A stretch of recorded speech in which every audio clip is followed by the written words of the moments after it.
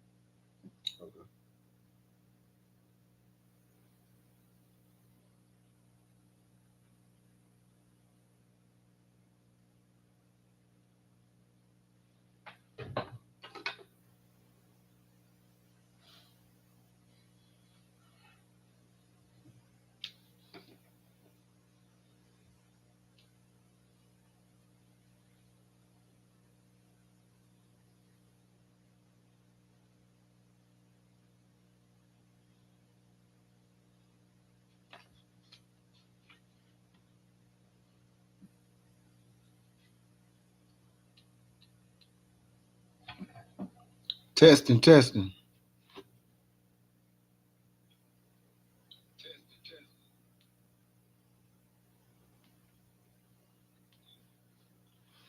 All right, ladies and gentlemen, this is Daddy P with Slap Happy Gorilla Podcast.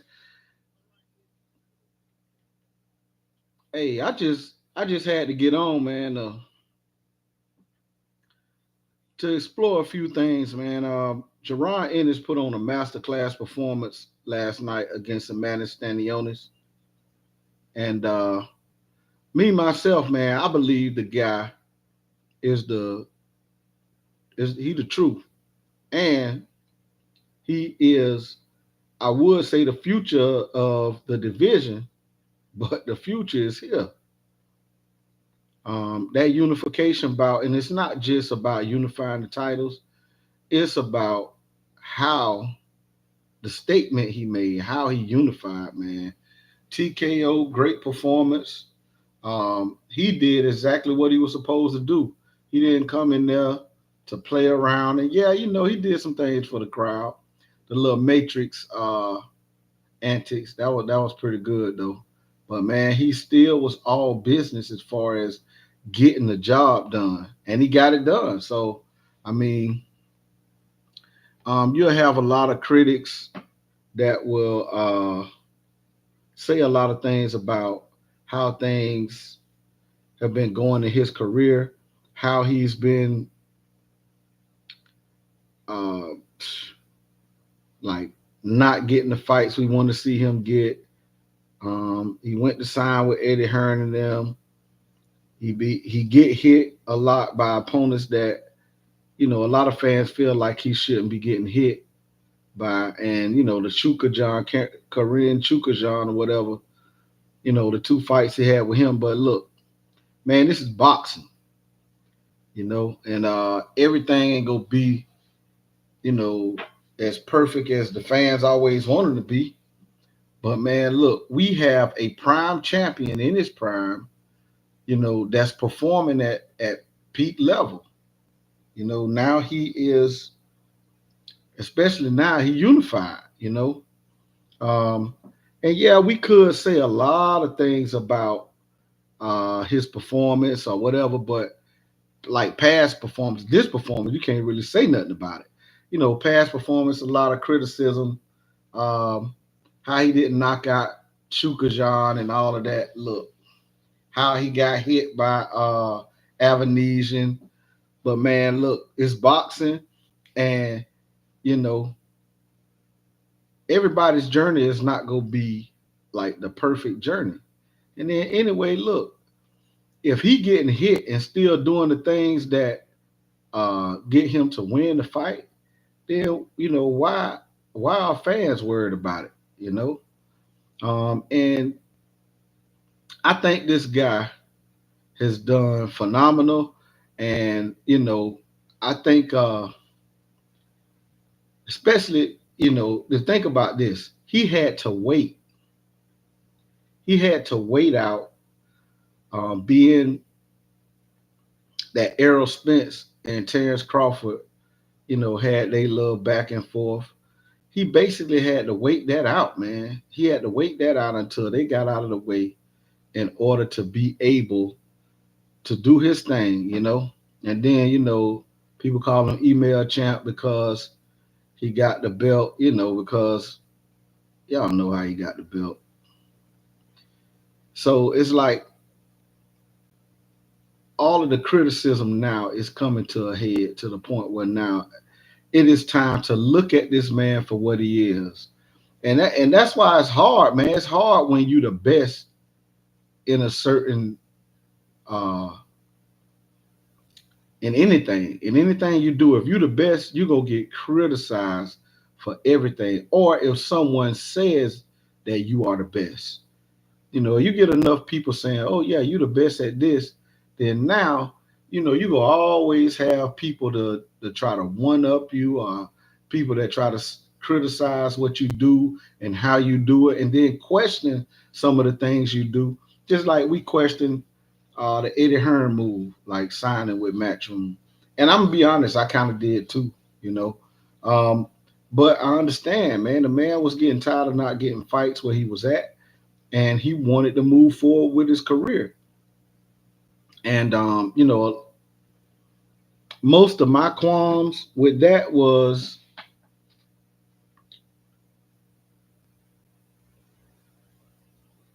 that we've seen people that signed with Eddie Hearn and their career turn out kind of crazy, like Demetrius Andrade.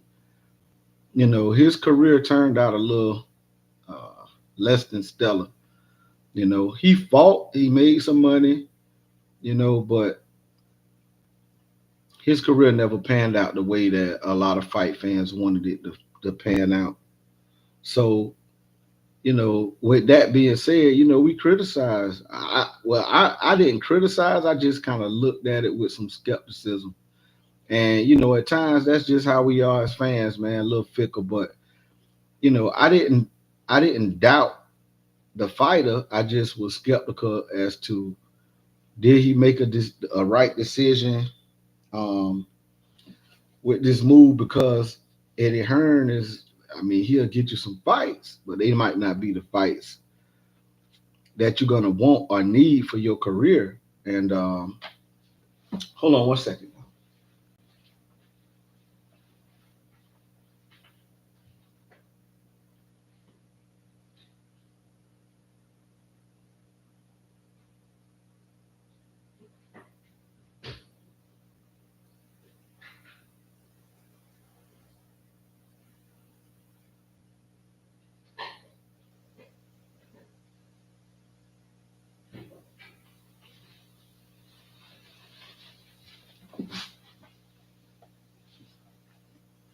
Yeah, I'm back. Sorry about that. But with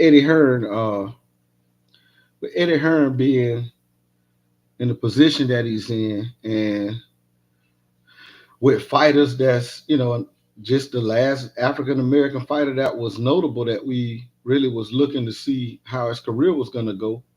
It just didn't pan out like we hoped. So and that's me personally. I said, man, look, I don't know if this is a good move for Jaron Ennis. How is he gonna get the fights he need? And lo and behold, now hey, he got it. And now people saying, okay, they had to pay Stanionis. Stanionis had, made more money than Boots. Okay, that shows how serious that Boots is about his career taking off. He rather go ahead and make sure that somebody else got what they needed so that he could get what he needed. And sometimes you got to bet on yourself, man. Betting on yourself is where it's at when you know you have the goods. And I kind of wish the same thing would have happened um, with Shakur Stevenson. I wish he would have bet on himself and went ahead and tried to work something out with Devin Haney, because if he would have, let's say he won. I'm not going to say who would have won or whatever, but let's say he did win, And I really believe his career would be in a different position, even if he still would have wanted to go, and sign with them and go, take up on that turkey money, all that. His career would have been in a different place, and his name would have meant something different, with him getting a win like that over at the time Devin Haney, because just remember a Devin Haney that came off a win like a Lomachenko win, like you got to know that coming off something like that, man, you got to know your name, your stock is gonna rise, and that's what I didn't get about Devin Haney and Shakur Stevenson. I didn't get how Shakur Stevenson couldn't take it upon himself to say, "Hey, look, I'm gonna go ahead and bite the bullet. I'm gonna bet on myself, and see where I go from here."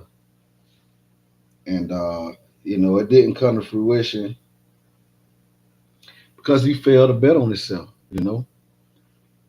But and that's in life, man. A lot of times, we have the same thing, going on. Like we have opportunities that we might not take upon because we're a little bit, you know, shy to take up on an opportunity. Hey, if you know how good you are, hey man, sometimes you gotta step out of that comfort zone and bet on yourself and say, hey, look, if this is an opportunity that can change my life or change the trajectory of my career or whatever, hey man, and this at first it might be something that you gotta prove, or you might take a slight, you know, pay cut or whatever.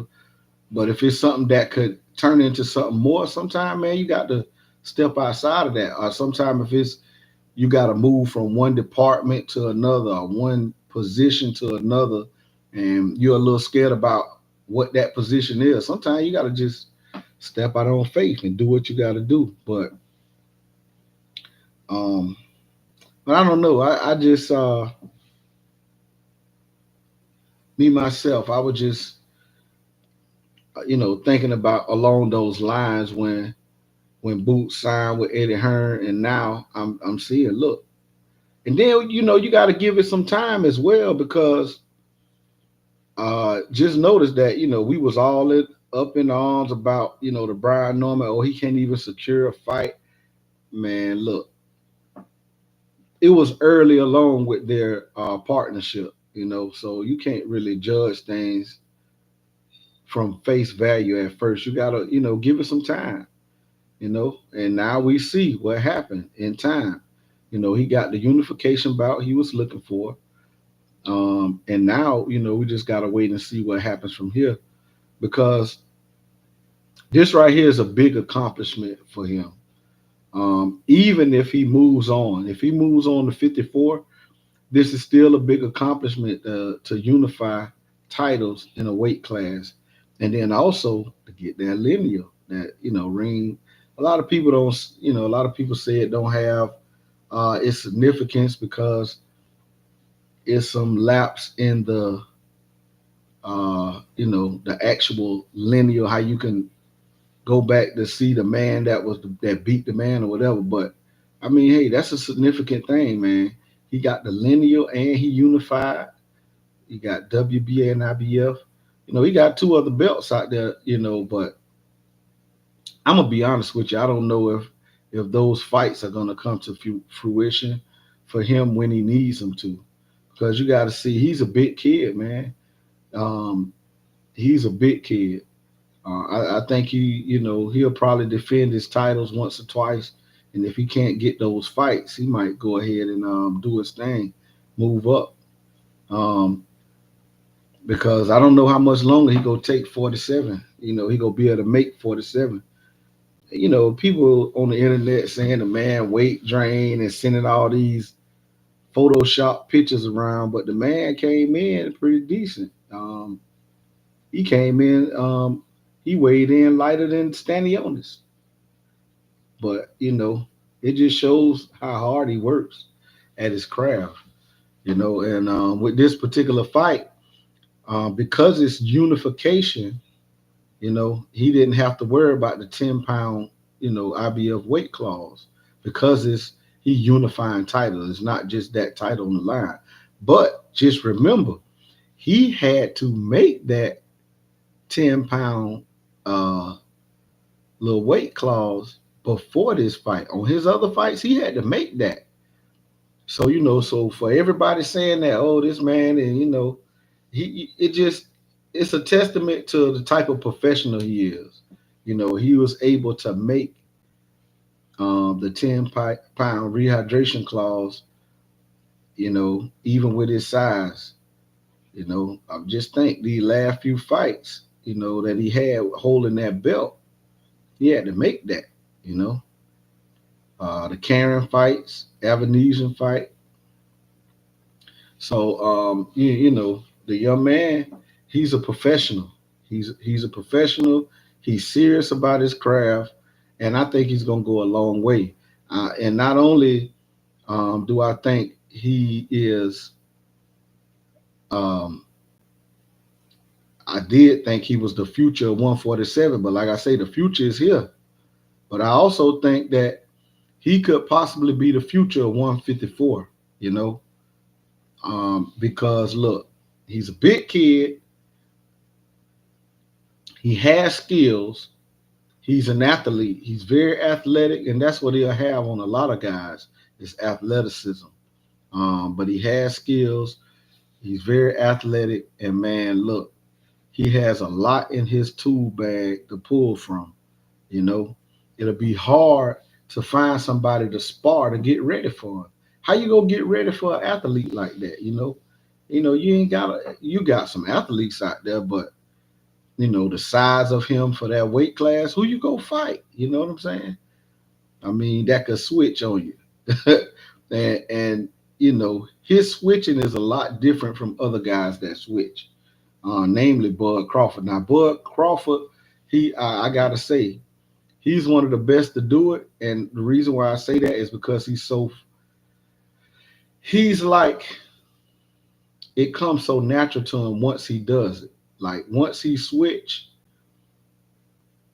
like he has a natural instinct for whatever. Like if he in that southpaw stance, um, that he instinctually will check you with the right hand at perfect timing. And then when he switch, you know what I'm saying? He go catch you with that left hand with the check hook. You know what I'm saying? So it's like instinctually, like he reacts well in either stance. So, but with Boots, his is a little bit different. But with Boots, he's very fluid. Like when he switch stances and he could switch right in the middle of a combination. But once he switch, it's like he's so fluid, like it's so natural for him to do whatever he's trying to do, and that's what makes him so dangerous, man. And this is the thing: he is still learning, and he's vocal about that. He's still learning. He say he's always working on his craft. He's a gym rat. A lot of people attest to that. He like to be in that gym, and he learning, getting better, and his mind is open for that. That's what makes him dangerous, also. But the young man, he's going on to do big things. I really do believe, and I really do hold him high um, on my list of fighters. And I think it's about time that we start mentioning him in this top 10 pound for pound conversation. I, I'm not saying this, but I heard some people saying, "Hey, we go kick Tank off the list and put him on the list." According to the last performances, and I like Tank, but I mean, look, you got to start looking at this man as pound for pound in that top 10 conversation.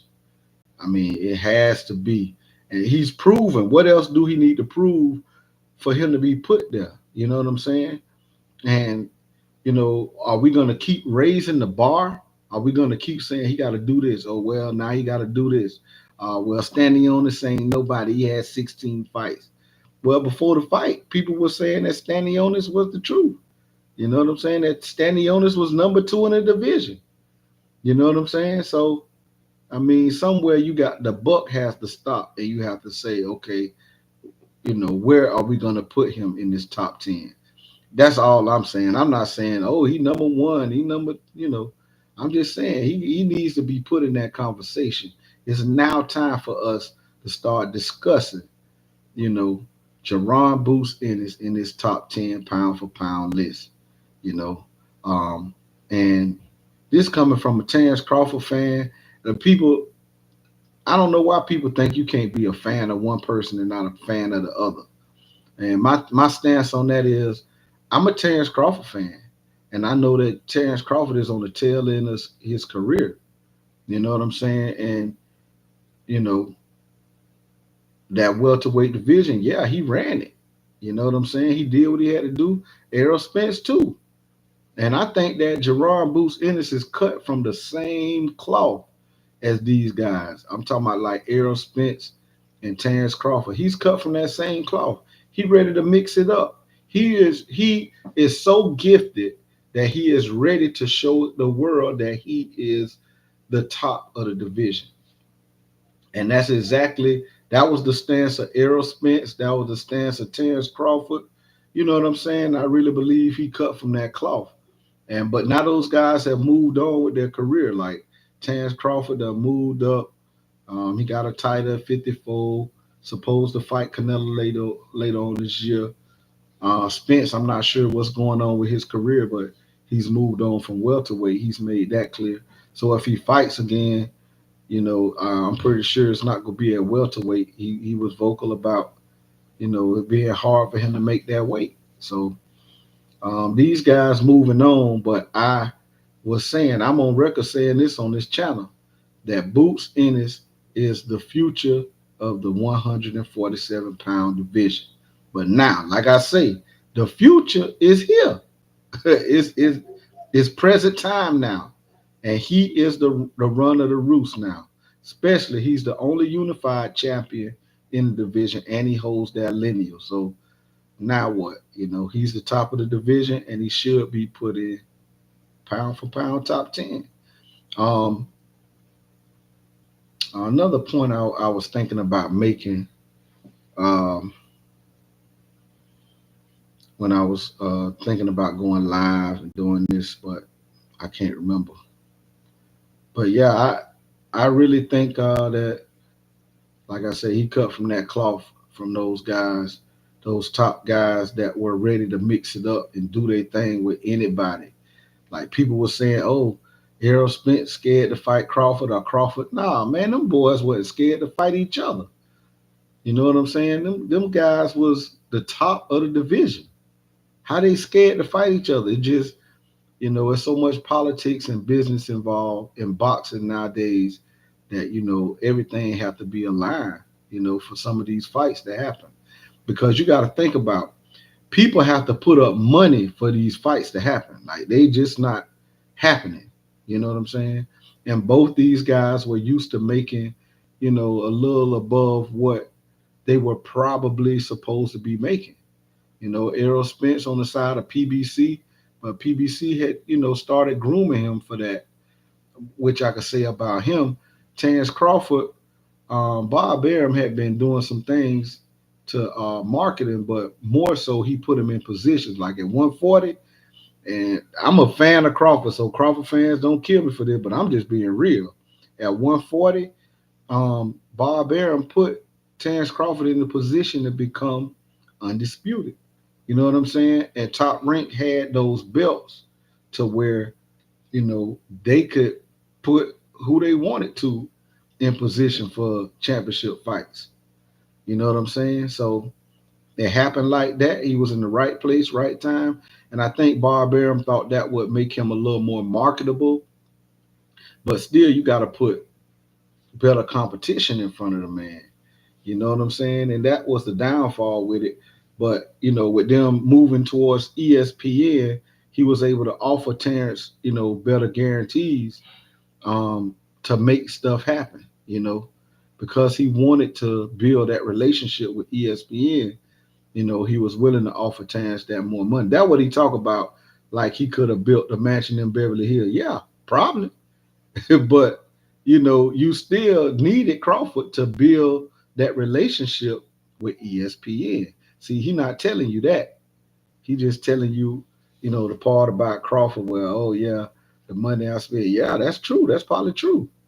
But at the same time, you needed players in position in order to make the thing work with ESPN and promise ESPN, hey, look, your investment is secure. We got some top guys, some champions that's gonna be, what I'm saying, fighting on your network. And Terrence Crawford was built up at 140. At that time, though, at that time, it really wasn't.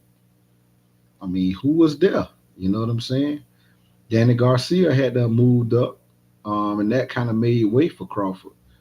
Danny Garcia moved up, and some of those guys moved up. Um, so who you had there just wasn't really like desirable to see, to fight. So Crawford just ran the roost. And then the only other fighter, I can't think of the Ukrainian guy. That was the only fight that was like anticipated. He took the WBC from. Let me look it up real quick.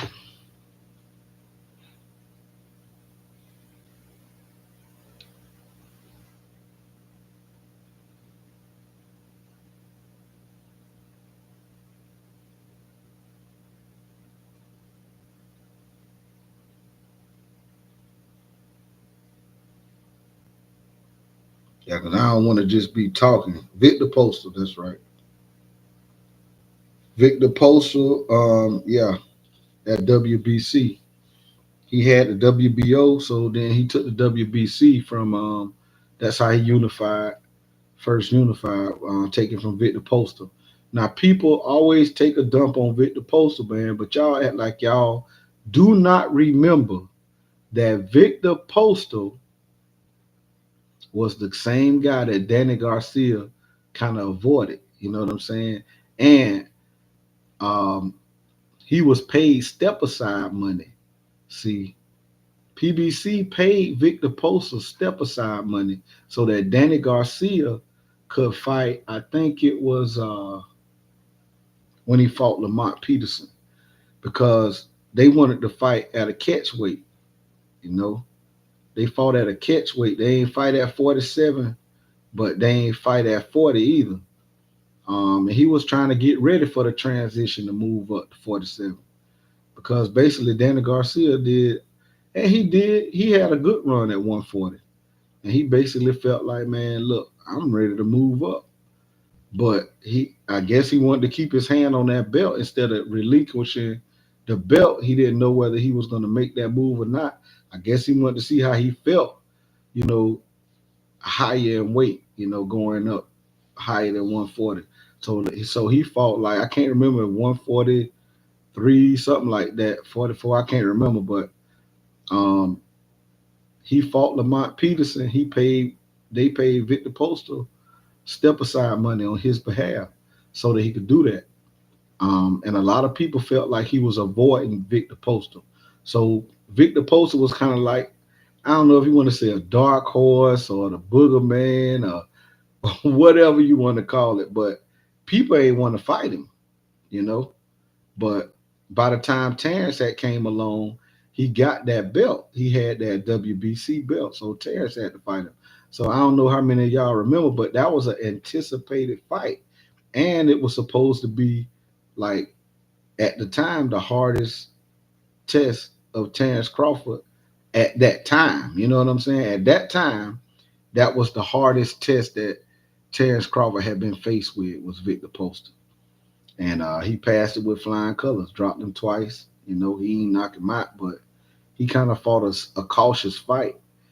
But Terrence Crawford did his thing, man. It was, he dropped him 2 times and got the win big. So, but yeah, other than that, man, his run at 140 was kind of lackluster, but he was the best guy, head and shoulders in the division.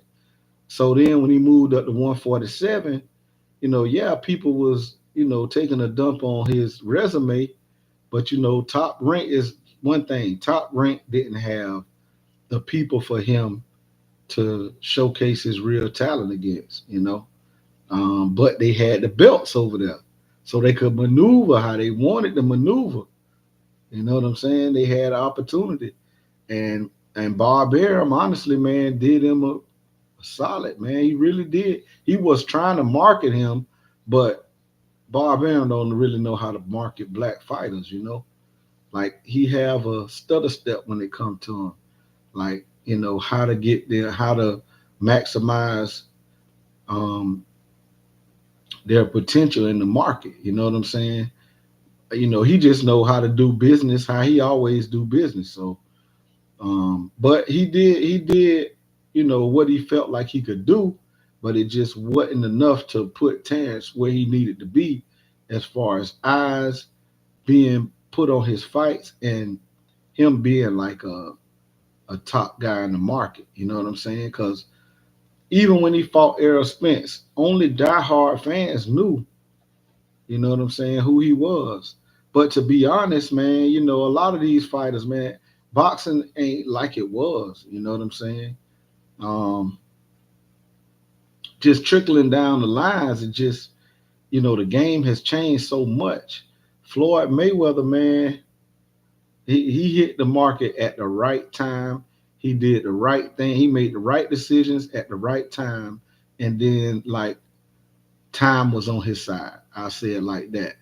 But he made a lot of good decisions. Al Heyman, brilliant businessman, who helped him. That's why they were able to build PBC off of the back of Floyd Mayweather having a great career. Because a lot of fighters now wanted the opportunity that Floyd had. Floyd changed the game, man, and Al Heyman is the one that helped him do it. So a lot of these guys wanted that. That's how they built the PBC. It was a brilliant move. Um, but just it's not Floyd's fault. But Floyd hit the game when the game was to be hit, and he made good decisions. Like when he fought De La Hoya, and he had to give up a lot. Like because he wasn't what we call now the A side. He had to deal with a lot. He had to, like, Oscar De La Hoya chose everything, made all of the decisions. Floyd Mayweather just could say, "Yeah, I'm gonna fight you."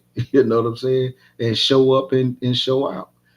And once he did that, he also aligned himself um, with Golden Boy. They did a lot of his stuff too. So I don't know where that deal came from, but it did, and it worked out for him. But boxing ain't been the same since, and it ain't Floyd's fault. It's just the way that like television and the way things are marketed. Like we saw HBO and Showtime, discontinue boxing. It's just it's not boxing the sport itself. It's just how how people watch TV. Just like now, people don't. A lot of people don't have cable no more. Like you don't pay the price to get cable. Now you can just like structure what you watch off of order apps. You know, and that's a big thing. Over time, that's what's happened. Like back then, it was still that cable era where you ordered a fight through cable. You know what I'm saying?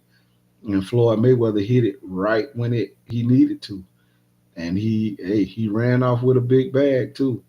But also it has to do with marketability as well, like how you market yourself.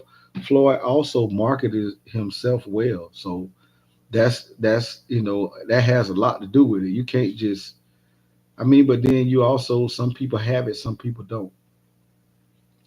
But in this new day and age, even though things have changed, it's still ways to market yourself and make yourself more marketable. And now a lot of fighters are seeing it and trying to tap into it. But Boots Ennis, I think he's on a pretty good path now, and like like I say, I kind of jumped the gun myself. Like I was skeptical about him, going to Matchroom, but it looks like Eddie Hearn is learning more about the game and able to make these connections. And then now too, fighters are so like ever since COVID, fighters are so they just want to fight. So now, with any of these big companies, that you can deal with them a little better. And then none of these guys have like a name that's bigger than the sport.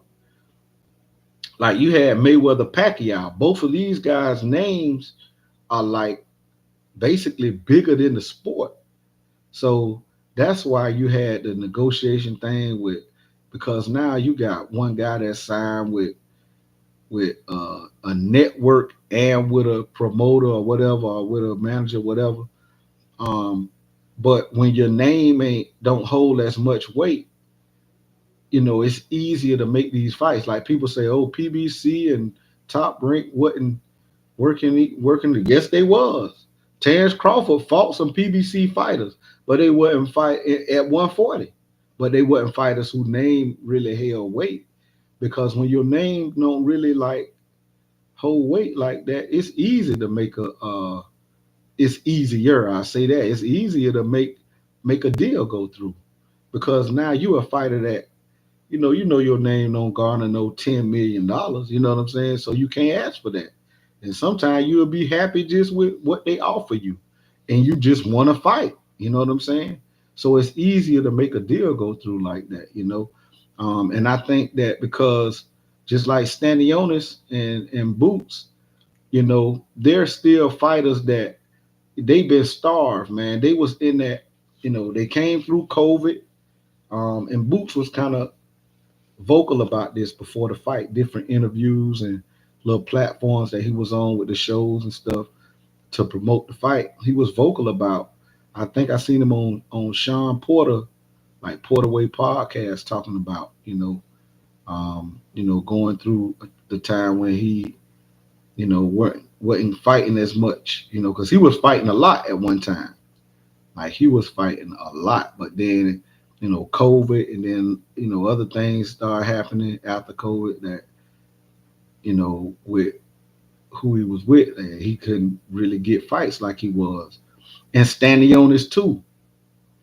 So when you got somebody now that's gonna make you offer you something, and yeah, Boots had to offer him a little more from what I understand, but Boots is one too. He was ready to fight, so hey, he ready to make it happen. You know what I'm saying? So you're a lot more pliable. I say that.